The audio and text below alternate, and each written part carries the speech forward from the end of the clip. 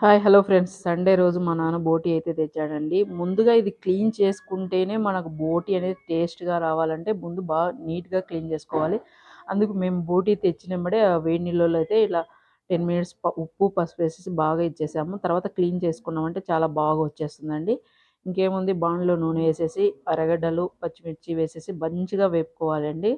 ఇది కొంచెం ఎర్రగడ్డ బాగా వేగిపోయిన తర్వాత మనం అల్లం వెల్లుల్లి పేస్ట్ వేసుకోవాలి. అల్లం వెల్లుల్లి పేస్ట్ గ్రీన్ కలర్‌లో ఉంది అని అడుగుతారేమో! మేమైతే కొత్తిమీర కూడా దీంట్లో యాడ్ చేసేసామండి. బాగా వేపుకున్న తర్వాత ముందుగా శుభ్రపరచుకున్నటువంటి బోటిని కూడా ఏసేసి మంచిగా కలిపేసుకోవాలండి ఒక 5 మినిట్స్. ఫస్ట్ టైమ్ నా ఛానల్ చూసేవాళ్ళైతే ఒక లైక్ ఏసి సబ్స్క్రైబ్ చేసుకోండి. ఇలాంటి మరిన్ని వీడియోలతో మీ ముందుంటాను. అందులోనే పసుపు, టేస్ట్‌కి తగ్గట్టు ఉప్పు వేసేసి మంచిగా కలిపేసి ఒక 10 మినిట్స్ వదిలేసామంటే మంచిగా కుక్ అయిపోయి బాగుంటుంది. తర్వాత కారం పొడి వేసేసి ఒక 5 మినిట్స్ అలా వదిలేసి మళ్ళా కలిపేసుకున్నామంటే బోటి రెడీ అండి. నిజం చెప్తున్నాను, టేస్ట్ అయితే వేరే లెవెల్ అండి.